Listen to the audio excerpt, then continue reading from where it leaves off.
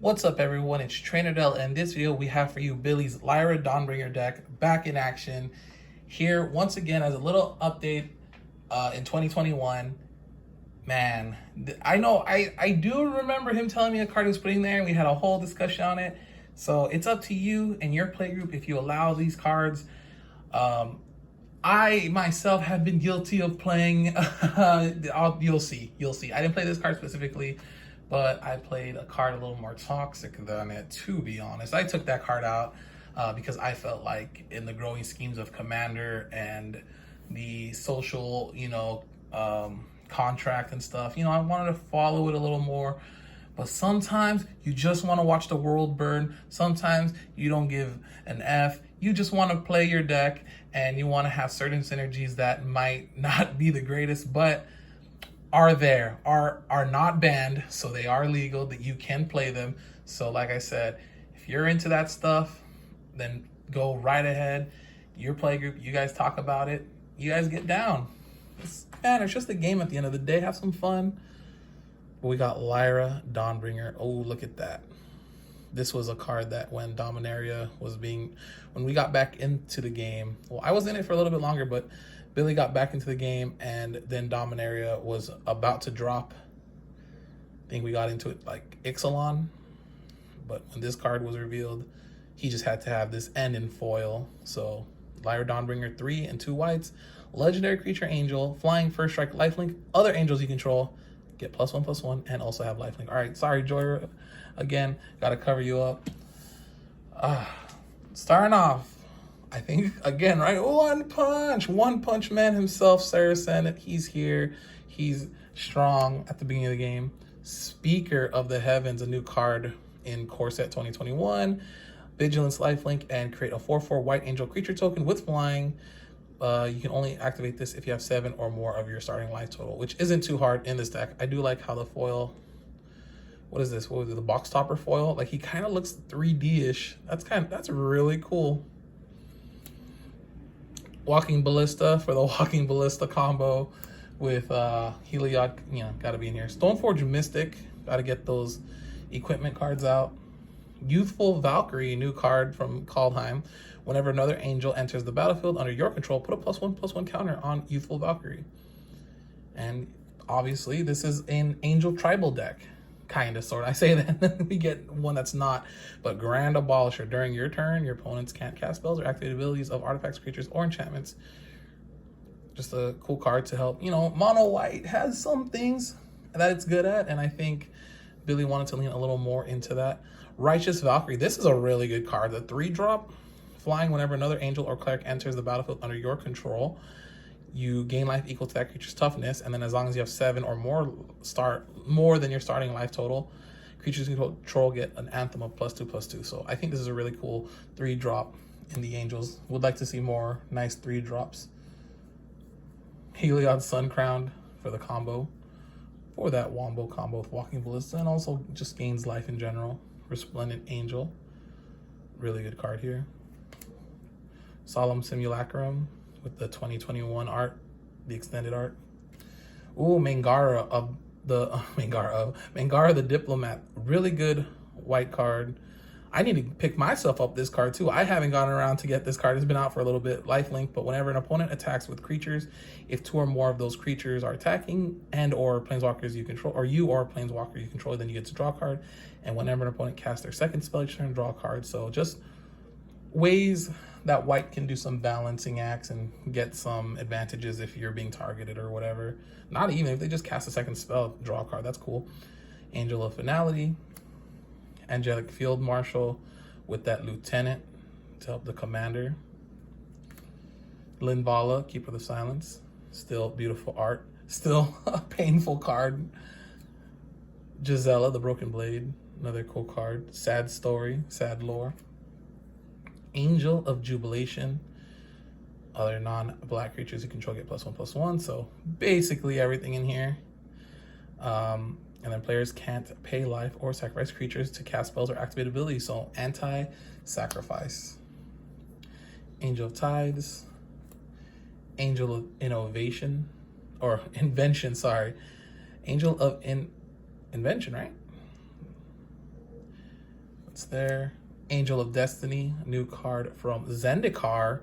I think someone asked if he was gonna put this in his deck, and yes, Billy was gonna go out of his way and get this card. Flying double strike. Whenever a creature you control deals combat damage, you and that player each gain that life. And if you have at least 15 more life than your starting total, then whoever this attacked loses the game. So it doesn't even matter. You can just gain a bunch of life, swing once with this and hit someone, and then they just lose the game. Archangel of Thune. Baneslayer Angel. I know this got reprinted, but I think this is from the vault, right? Look at that. Appreciate that foiling. Valkyrie Harbinger, a card you saw last week, I believe. Still really good this week. I mean, Lyra herself does 5/5, so you get this and Lyra out, you're gonna be making an army real soon. Felidar Sovereign, you know, life gain stuff. You have 40 more life, you win the game. Deathless Angel. Oh, this card's cool. Just for 2 white, target creature is indestructible this turn. That's at instant speed, y'all. I don't really ever see that card be played, but obviously Angel Tribal, welcome addition to it.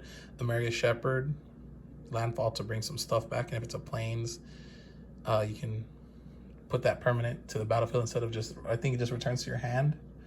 Yeah, but I mean, it's all plains really.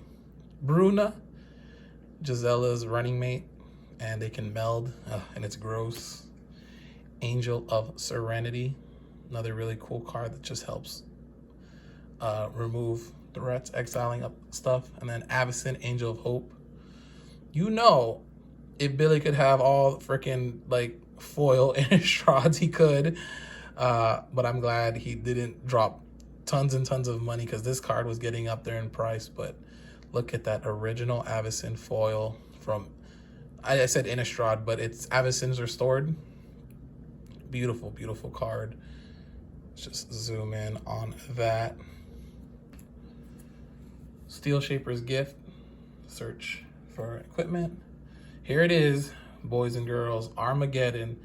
Now, if you're against it, I get it. I get it. But if you know, like, to be fair, I've heard horror stories of landmass destruction. But in all the games I've played with Billy, where he's actually successfully played this card, he's not won. So, you know, it's one of those things that, like, I feel like it will put a target on your back. You can try to play the politics and say, like, hey, I didn't do that much, but it's going to happen. But he has not won a game I've seen where he's played this card. And there's some synergies to help bring back lands and stuff. And obviously, if you have a bunch of flying angel creatures that are thick with it, then, and you destroy all the lands, you're pretty much in a good position. Wrath of God, destroy everything. Day of Judgment, another board wipe. Righteous Confluence, just some modes. Gain that life. Defy Death. Most of them are all angels in here, so they'll come back with 2+1/+1 counters. The beautiful Path to Exile that I remember when this first dropped, I think Billy rushed to the card shop to see if they had any. I think he like messaged them because it is so beautiful. I think I even went to his house. I went to actually like, whoa, can I see? And I had to get my own eventually too. Look at that. I just love this Path to Exile art. Swords to Plowshare. Manitide. Enlightened Tutor. Disenchant. Eerie Interlude. And with Armageddon, one of the games that I heard was played, he Armageddon and then he Teferi Protectioned, right? Is that what happens? He just board wiped all the lands and was like, well, I'm gonna also Teferi's Protection. And yeah. Someone else, though, I believe Teferi's Protection, so only like they had taken out a player, and then the third player I think just couldn't play anymore. Like they were done. Game winner, game ender, done. Return to Dust. We got Mana Crypt here. Ooh, beautiful Mana Crypt. Soul Ring. Sensei's Divining Top is the real one. He does have it. He does have it. I do trust that boy. Expedition Mat to help get some certain lands to help him. Pearl Medallion. Scroll Rack. Lightning Greaves for these equipments. Mask of Memory. You got to get some draw in or protection in somehow. Sword of Animist. Get some lands in somehow. Herald's Horn. Urza's Incubator. Such a good card in Tribal. This is another card that I hope gets reprinted, or I definitely need to pick up, especially when the vampire cards come out for the next Innistrad set. Crucible Worlds, there it is. A card that you can just set up, and if you know it's setting up, you might feel Armageddon is not far away, because you may play lands from your graveyard. Extra Planar Lens. He plays the Snow Plains, so this obviously helps his deck out a lot more than just the average commander deck that doesn't have any snow lands. Sword of Ice and Fire, just helps more draw cards. That's what white really needs, right?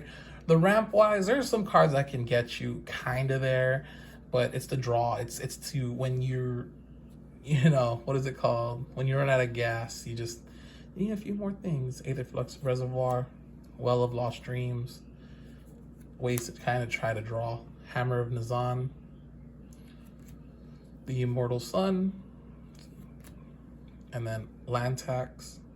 You know, at least white has Land Tax. That's a good card. It's been reprinted here and there. Smothering Tide. Oh, that card, that's super strong. Cavern of Souls. Prismatic Vista. Nykthos. Shrine to Nyx. Nykthos? Nike? I don't know. Strip Mine. Ghost Quarter. Maze of Ith. Obviously a real one right there as well. Ancient Tomb, another real one right there, because, you know, Lyra has to have the bling. Lyra has to have the real stuff. Homeward Path. Seraph Sanctuary.